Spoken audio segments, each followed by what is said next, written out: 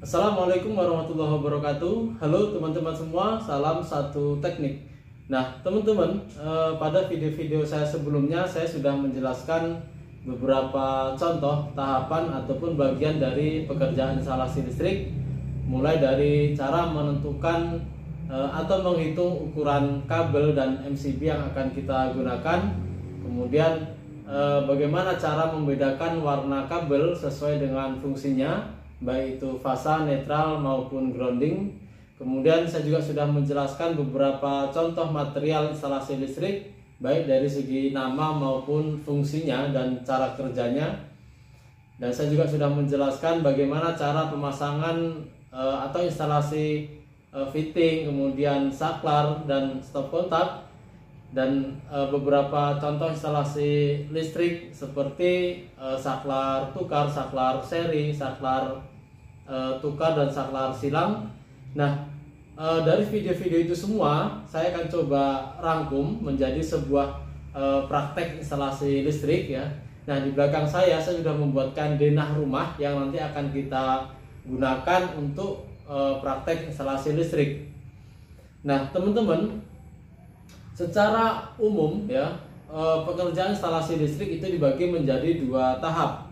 Untuk tahap yang pertama itu adalah tahap perencanaan, kemudian untuk tahap yang kedua adalah tahap pelaksanaan ataupun pemasangan. Nah, teman-teman, pada proses perencanaan sendiri itu ada beberapa tahap ya yang harus kita lakukan. Yang pertama adalah kita harus menentukan atau menghitung kebutuhan daya lampu dan daya stop kontak pada masing-masing ruangan.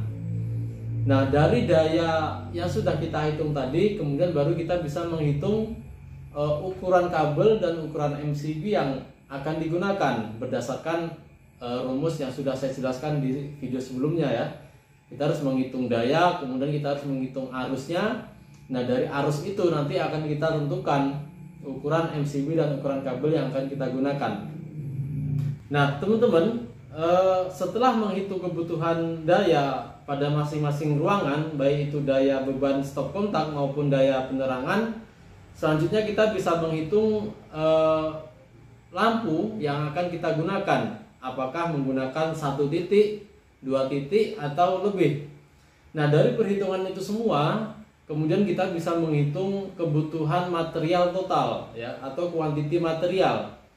Jadi jumlah lampunya berapa, kemudian jumlah saklarnya berapa ya. Saklar nanti dibedah lagi, saklar tunggal, saklar seri, kemudian kebutuhan stop kontaknya ada berapa, kebutuhan kabelnya berapa. Nah, dari kuantiti material yang sudah kita hitung, kemudian kita bisa menghitung biaya material dan juga biaya pemasangan. Nah, teman-teman, pada proses perencanaan ini nanti akan menentukan apakah instalasi listrik yang kita bangun atau kita pasang itu masuk ke dalam kategori standar atau tidak. Nah, untuk masuk ke dalam kategori standar itu setidaknya ada 3 prinsip atau 3 aspek ya yang harus kita penuhi. Baik itu yang pertama aspek kehandalan, kemudian yang kedua aspek keamanan, kemudian yang ketiga aspek ekonomis. Jadi handal, kemudian aman dan ekonomis. Nah, untuk teman-teman teknisi atau teman-teman yang sudah terjun ke dunia kelistrikan, untuk 3 aspek ini tentu tidak asing ya, handal, aman dan ekonomis. Nah, setelah memenuhi 3 kriteria ini atau 3 aspek ini, kemudian ada 2 aspek lagi yang harus kita penuhi, yaitu aspek ergonomi dan aspek keindahan. Nah, berbicara tentang aspek ergonomi, jadi ergonomi itu adalah bagaimana agar sistem yang kita bangun atau instalasi yang kita bangun bisa memudahkan manusia atau user atau pengguna untuk mengakses peralatan-peralatan yang kita pasang, seperti saklar ya, tingginya berapa dari lantai, kemudian pasangnya itu diperuntukkan untuk apa, apakah lampu tidur atau lampu ruang tamu, kemudian letaknya itu mudah diakses ya, tidak harus menggunakan alat bantu misalkan.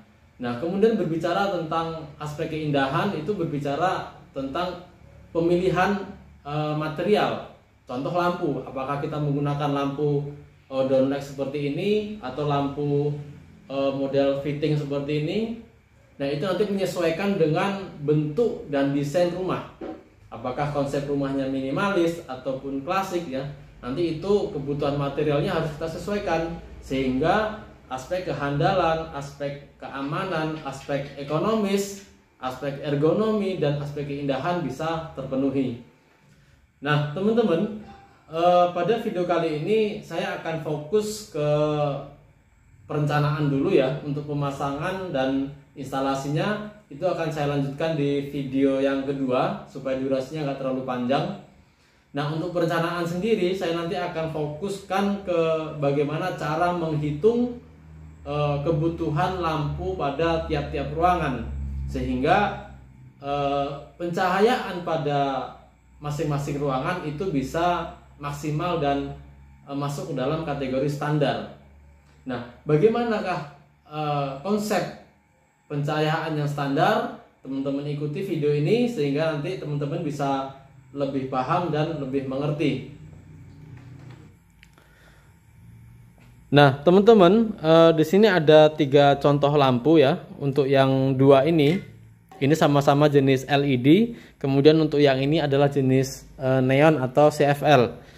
Nah, teman-teman, untuk jenis lampu sendiri sebenarnya ada beberapa ya. Di antaranya yang ini LED, kemudian ada CFL, ada pijar, ada halogen ya, banyak banget. Nah, dari beberapa jenis lampu itu masing-masing sebenarnya memiliki perbedaan dan dari perbedaan itu nanti akan menentukan daya lampu yang akan kita gunakan. Nah, teman-teman, ketika membeli sebuah lampu biasanya pada casing lampu itu ada beberapa keterangan atau poin yang harus kita perhatikan ya. Nanti akan saya jelaskan satu persatu arti ataupun maksud dari keterangan tersebut. Nah, kita ambil contoh untuk yang lampu neon dulu ya atau CFL. Nah, teman-teman, di sini ada keterangan LV 45 watt. Nah, yang dimaksud dengan 45 watt ini adalah daya yang digunakan lampu sehingga lampu bisa bekerja dengan maksimal atau daya kerja. Nah, kemudian di bawah di sini ada nilai 110 sampai dengan 230 volt. Ini adalah nilai tegangan kerja lampu tersebut. Nah, lampu akan bekerja secara maksimal itu di tegangan 110 hingga 230 volt. Kemudian ini yang paling penting teman-teman. Di sini ada keterangan 2700 LM. LM ini adalah lumen ya, 2700 lumen. Dari 45 watt ini nilai lumennya adalah 2700. Nah, nanti akan saya jelaskan apa perbedaan watt atau daya dengan nilai lumen. Nah, teman-teman, di bawahnya di sini ada 60 lumen per watt. Itu artinya dalam 1 watt ya, 1 watt itu nilai lumennya adalah 60. Sehingga dengan daya 45 watt itu nilai lumennya adalah 2700. Nah, sekarang kita lihat pada lampu yang jenis LED ya. Nah, teman-teman, untuk yang LED ini pertama ini keterangannya adalah 45 watt juga. Jadi sama-sama 45 watt ya. Jadi lampu ini sama-sama membutuhkan daya 45 watt. Nah, kemudian dari keterangan lain di sini teman-teman bisa lihat.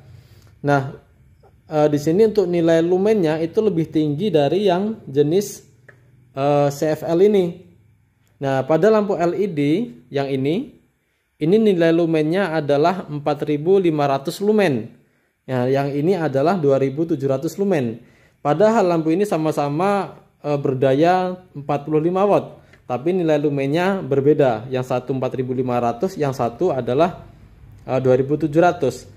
Nah, teman-teman, yang jadi pertanyaan adalah untuk menghitung kebutuhan lampu pada ruangan, nilai apakah yang akan kita pakai? Apakah watt atau daya, ataukah nilai lumen atau flux cahaya? Jadi lumen adalah satuan dari nilai flux cahaya. Nah, perlu saya jelaskan dulu teman-teman, perbedaan antara daya watt dan flux cahaya lumen. Daya dalam satuan watt adalah besarnya energi yang dipakai sebuah lampu ya untuk menghasilkan sebuah cahaya. Nah, sedangkan lumen adalah besarnya cahaya yang dipancarkan oleh sebuah lampu. Jadi itu perbedaannya teman-teman. Kalau daya itu energi yang digunakan untuk menghasilkan sebuah cahaya, kemudian lumen adalah besarnya cahaya yang dihasilkan oleh sebuah lampu. Nah, jadi pertanyaannya adalah lumen atau watt. Nah, teman-teman, untuk menjawab pertanyaan itu kita harus mengetahui dulu sebenarnya dalam pencahayaan ruangan atau penerangan ruangan apa sih yang dibutuhkan? Apakah nilai watt atau nilai lumen? Ya. Nah, jawabannya adalah untuk sebuah penerangan itu yang dibutuhkan adalah nilai lumen, bukan nilai daya. Berapapun nilai daya, ya, berapapun nilai daya yang digunakan, yang jelas nilai lumennya harus memenuhi standar penerangan pada masing-masing ruangan. Jadi perhitungannya ya untuk sebuah pencahayaan atau penerangan itu adalah lumen. Kemudian setelah ketemu nilai lumen, nanti akan kita konversi ke dalam bentuk watt atau daya. Nah, besarnya nilai daya hasil konversi tadi dari nilai lumen ya, itu tergantung kepada jenis lampu yang akan kita gunakan. Contoh, sebuah ruangan membutuhkan lumen sebesar 4500. Kemudian kita konversi ke dalam bentuk watt. Ya, kita akan menentukan wattnya berapa. Nah, itu tergantung kepada jenis lampu yang kita gunakan. Dengan kebutuhan lumen 4500, kalau kita menggunakan jenis LED seperti ini, ya, maka kita cukup menggunakan daya sebesar 45 watt. Nah, kalau kita menggunakan jenis CFL seperti ini dengan kebutuhan lumen 4500, maka otomatis daya yang digunakan atau daya lampu yang digunakan lebih dari 45 watt. Nah, teman-teman bisa simpulkan sendiri, pemilihan jenis lampu nanti akan berpengaruh kepada keekonomisan biaya, karena daya nanti pengaruhnya kepada kWh meter yang akan kita gunakan. Nah, teman-teman, kenapa lumen yang dihasilkan oleh masing-masing lampu itu berbeda? Ya, antara jenis satu dan jenis lainnya itu nilai lumennya berbeda, padahal nilai wattnya sama. Nah, begini teman-teman, energi yang diserap atau energi yang digunakan oleh lampu itu tidak semua diubah ke dalam bentuk cahaya. Nah, sebagian energi yang diserap oleh lampu itu diubah ke dalam bentuk panas. Seperti kita ambil contoh lampu pijar. Pada lampu pijar, sebagian besar energi itu diubah ke dalam bentuk panas. Sehingga energi yang diubah ke dalam bentuk cahaya itu lebih sedikit. Makanya dengan daya 100 watt lampu pijar itu cahayanya tidak terlalu terang, karena sebagian besar energi itu diubah ke dalam bentuk panas. Nah, lampu yang baik untuk penerangan pada ruangan adalah lampu yang membutuhkan daya kecil namun bisa menghasilkan lumen yang lebih besar. Nah, biasanya kalau kita menggunakan lampu jenis ini, pertama dari segi faktor ekonomis kita tentu lebih hemat. Kemudian yang kedua, ruangan itu tidak terasa panas seperti kalau kita menggunakan lampu pijar. Nah, teman-teman, Jadi sampai sini paham ya. Untuk menghitung kebutuhan lampu pada ruangan, itu yang kita hitung adalah nilai lumen, bukan nilai watt.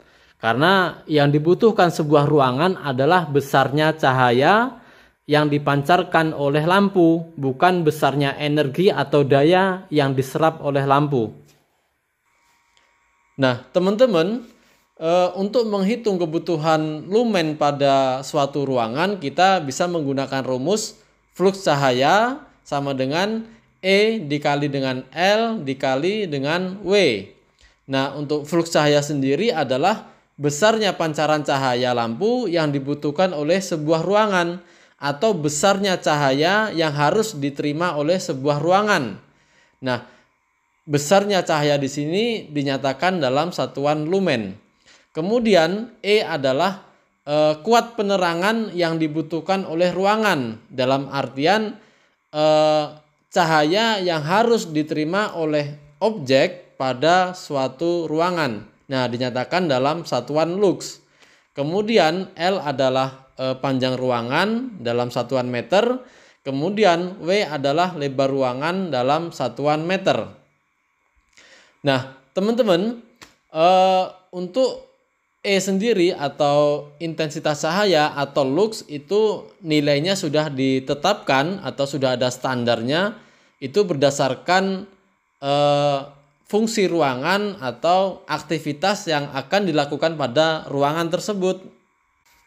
Nah, teman-teman bisa lihat di tabel yang sudah saya tampilkan ya. Untuk nilai lux pada masing-masing ruangan itu berbeda sesuai dengan fungsi ruangan. Untuk ruangan-ruangan yang membutuhkan ketelitian seperti ruang kerja, kemudian ruang makan, ya, dapur, itu lebih tinggi nilai luxnya dibanding ruangan-ruangan yang hanya digunakan untuk santai seperti teras, ya, kemudian ruang tamu, garasi. Nah, jadi pada intinya kebutuhan lumen pada ruangan itu dipengaruhi oleh tingkat lux pada ruangan tersebut ya, atau lux yang dibutuhkan pada ruangan tersebut. Nah, untuk nilai lux itu ditentukan berdasarkan fungsi ruangan atau aktivitas yang akan dilakukan pada ruangan tersebut. Nah, teman-teman, sebagai contoh, pada sebuah kamar tidur dengan ukuran panjang kali lebar itu 4 meter kali 3 meter, berapakah daya lampu yang dibutuhkan untuk penerangan pada ruangan tersebut? Nah, teman-teman, di sini yang ditanyakan adalah kebutuhan daya lampu. Nah, sedangkan untuk menghitung kebutuhan lampu, itu yang harus kita hitung adalah nilai lumen. Karena ruangan itu membutuhkan cahaya lampu, nilainya adalah lumen. Nah, di sini diketahui pertama, untuk ruang tidur itu nilai luxnya adalah 250 lux. Kemudian panjang ruangannya 4 meter dan lebar ruangan itu 3 meter. Nah, untuk menghitung daya kita harus menghitung lumennya. Nah, untuk menghitung lumen rumusnya lux dikali dengan panjang dikali dengan lebar. 250 lux dikali dengan 4 meter dikali dengan 3 meter hasilnya adalah 3000 lumen. Nah, teman-teman, dari hasil nilai 3000 lumen, teman-teman bisa konversi ke dalam satuan watt. Nah, nilai watt nanti itu dipengaruhi oleh jenis lampu yang akan kita gunakan. Apakah jenis LED, jenis pijar, atau yang lainnya. Nah, teman-teman, setelah menghitung kebutuhan lumen pada ruangan, ya, selanjutnya kita akan menentukan apakah lampu tersebut akan kita jadikan satu titik lampu, atau kita jadikan beberapa titik lampu.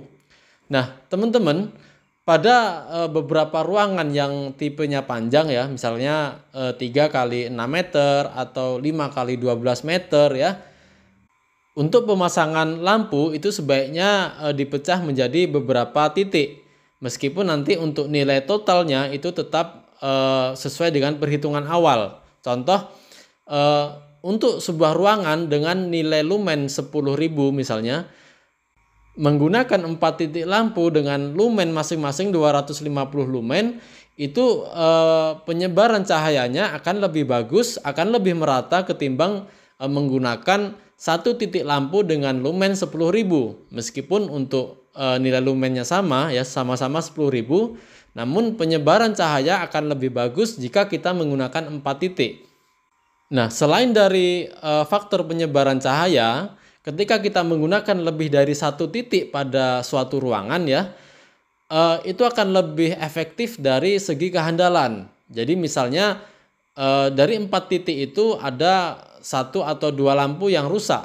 Nah, untuk pencahayaan kita masih bisa mengandalkan 2 titik lampu meskipun nilai lumennya tidak maksimal dibandingkan jika kita menggunakan 1 titik lampu.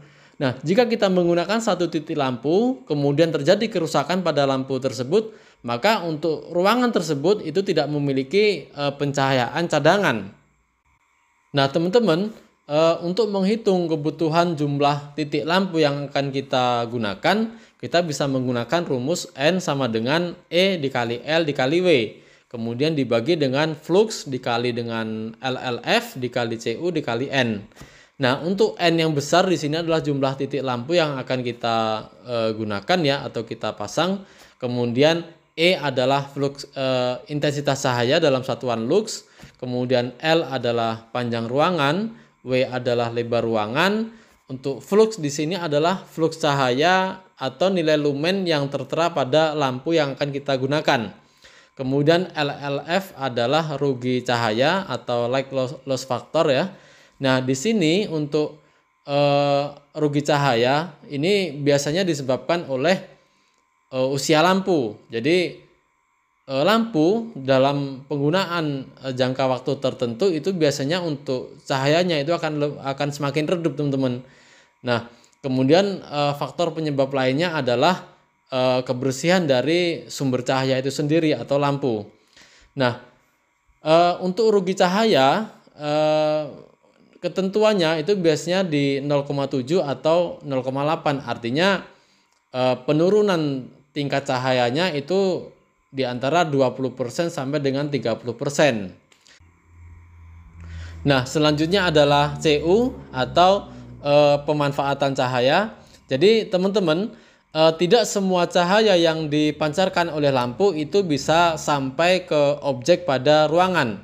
Nah, besarnya cahaya yang sampai ke objek pada ruangan itu dipengaruhi oleh pertama warna dinding, kemudian warna lantai, kemudian tinggi sumber cahaya atau lampu terhadap objek dalam suatu ruangan. Jadi semakin gelap warna dinding dan warna lantai, maka pemanfaatan cahayanya akan semakin kecil. Nah, semakin terang warna dinding atau warna lantai, maka pemanfaatan cahaya yang dipancarkan oleh lampu itu akan semakin besar. Nah, untuk ketentuannya di sini mereka mengambil rata-rata itu di 0,5. Artinya hanya 50% cahaya yang dipancarkan oleh lampu itu sampai ke objek pada suatu ruangan. Nah, kemudian untuk N yang kecil itu adalah jumlah lampu per titik. Jadi apakah per titik kita menggunakan 1 lampu atau 2 lampu atau lebih. Nah, untuk biasanya itu per titik menggunakan 1 buah lampu. Nah, berbeda dengan lampu-lampu jenis TL ya yang model panjang, itu biasanya per titik bisa menggunakan 2 atau 3 lampu. Nah, teman-teman, sebagai contoh, pada sebuah ruang tamu dengan ukuran panjang 12 meter, kemudian lebarnya 4 meter, berapakah jumlah lampu yang dibutuhkan? Nah, di sini yang kita ketahui untuk nilai lux pada ruang tamu adalah 150 lux. Kemudian untuk panjangnya 12 meter, kemudian lebarnya adalah 4 meter. Nah, yang ditanyakan adalah jumlah titik lampu yang akan kita gunakan. Nah, untuk jumlah titik lampu itu dipengaruhi oleh yang pertama jumlah lumen lampu yang akan kita gunakan, apakah menggunakan lumen yang tinggi atau rendah. Kemudian yang kedua adalah jumlah lampu per titik. Nah, semakin tinggi lumen lampu yang akan kita gunakan dan semakin tinggi jumlah lampu per titik, maka nanti untuk jumlah titik lampu yang kita butuhkan akan semakin dikit, teman-teman. Karena untuk pembagiannya nanti akan semakin besar. Nah, untuk perhitungannya, lux dikali dengan panjang ruangan dikali dengan lebar ruangan. Untuk luxnya sendiri, karena ini ruang tamu, itu menggunakan 150 lux, kemudian dikali dengan panjang 12 meter dan dikali dengan lebar 4 meter. Kemudian dibagi dengan jumlah lumen lampu yang akan kita gunakan. Di sini kita ambil contoh, kita menggunakan sebuah lampu dengan lumen 3000, kemudian dibagi dengan rugi cahaya. Di sini kita menggunakan 0,8. Artinya penyusutan cahaya di sini adalah sebesar 20% ya. Kemudian kita menggunakan pemanfaatan cahaya itu sebesar 0,5 atau 50%. Kemudian untuk jumlah lampu per titiknya kita menggunakan 1 buah lampu. Nah, untuk hasilnya di sini adalah 6,85. Kita bisa bulatkan menjadi 7 titik. Nah, kalau kita konversi ke dalam satuan watt ya atau daya, untuk 3000 lumen lampu yang kita gunakan tadi, kalau kita konversi ke jenis lampu yang LED itu sekitar 30 watt. Nah, untuk sebuah ruangan dengan panjang 12 meter dikali dengan 4 meter itu membutuhkan 7 titik lampu dengan daya 30 watt. Tentu ini sangat besar ya teman-teman.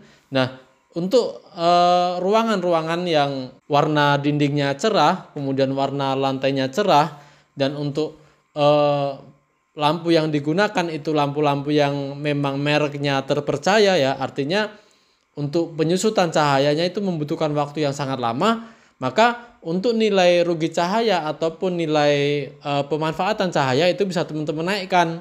Misalnya untuk rugi cahaya teman-teman menggunakan 0,9. Kemudian untuk pemanfaatan cahayanya teman-teman bisa menggunakan nilai 1 misalnya. Nah, di sini hasilnya nanti akan lebih sedikit teman-teman. Nah, biasanya untuk saya pribadi ya, untuk nilai loss factor ataupun rugi cahaya, kemudian pemanfaatan cahaya itu saya anggap nilainya 1 dengan catatan warna dinding pada ruangan, kemudian warna lantai pada ruangan itu yang pertama cerah. Kemudian yang kedua, lampu yang saya gunakan itu harus lampu-lampu yang memang bermerek teman-teman. Jadi nilai loss factor dan pemanfaatan cahaya bisa kita anggap itu 1. Nah teman-teman, untuk menghitung kebutuhan lampu pada ruangan memang pertimbangannya itu cukup banyak ya. Tidak hanya 1 atau 2 aspek.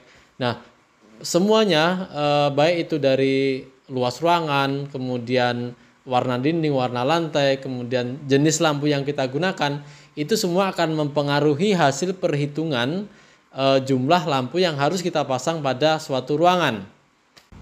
Nah, dari sini bisa kita ambil kesimpulan bahwa suatu penerangan yang baik pada ruangan adalah penerangan yang tingkat cahayanya itu harus sesuai dengan fungsi ruangan.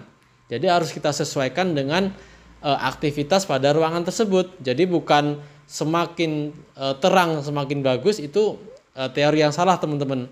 Karena tidak semua ruangan itu membutuhkan pencahayaan yang tinggi. Seperti teras tadi misalnya ya.